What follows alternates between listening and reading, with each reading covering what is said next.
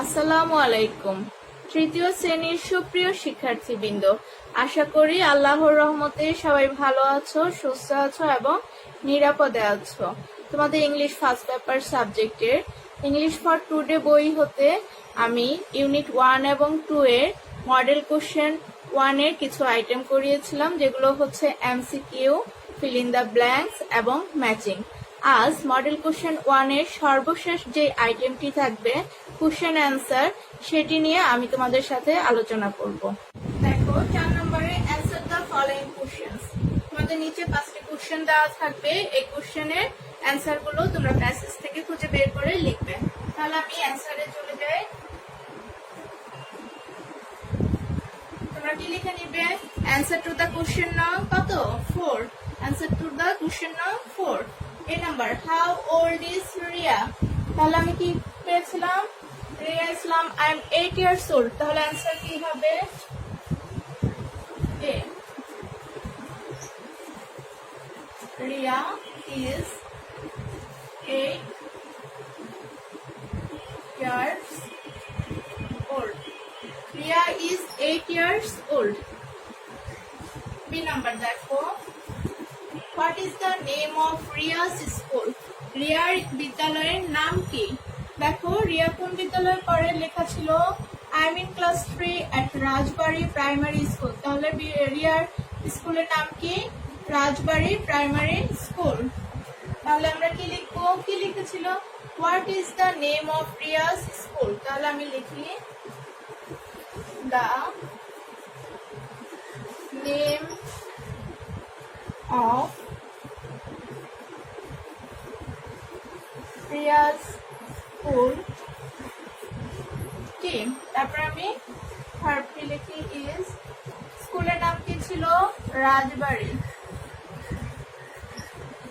রাজবাড়ি primary school.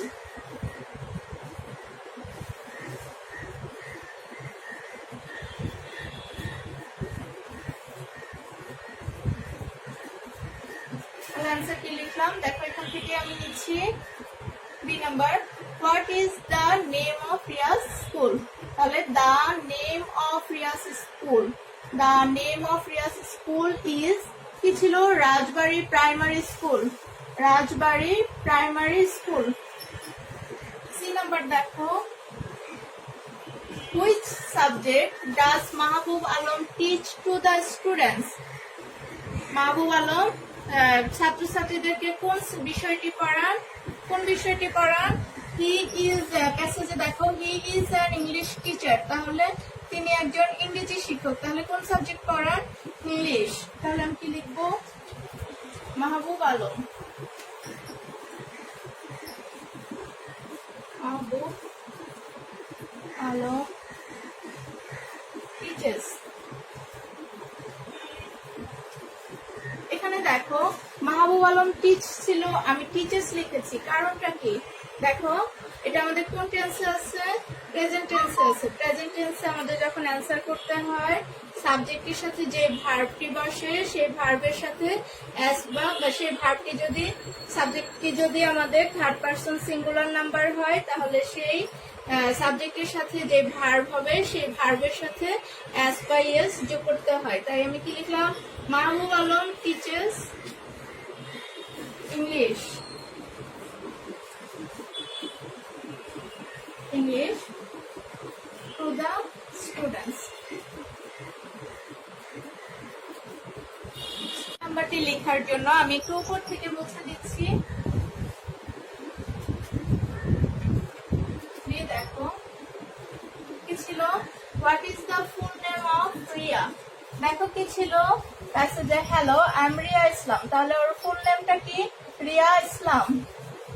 তাহলে আমি কি লিখবো? The full name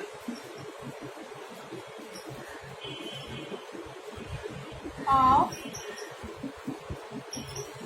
Riya is, কি ছিল? রিয়া ইসলাম।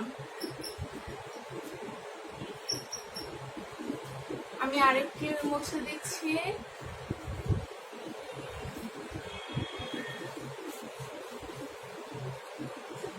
এই নাম্বারটা কি ছিল? How old is Mahbub Alam? মাহবুব আলমের বয়স কত ছিল? Is 30 years old. 30 ছিল, তাহলে আমি লিখবো এ।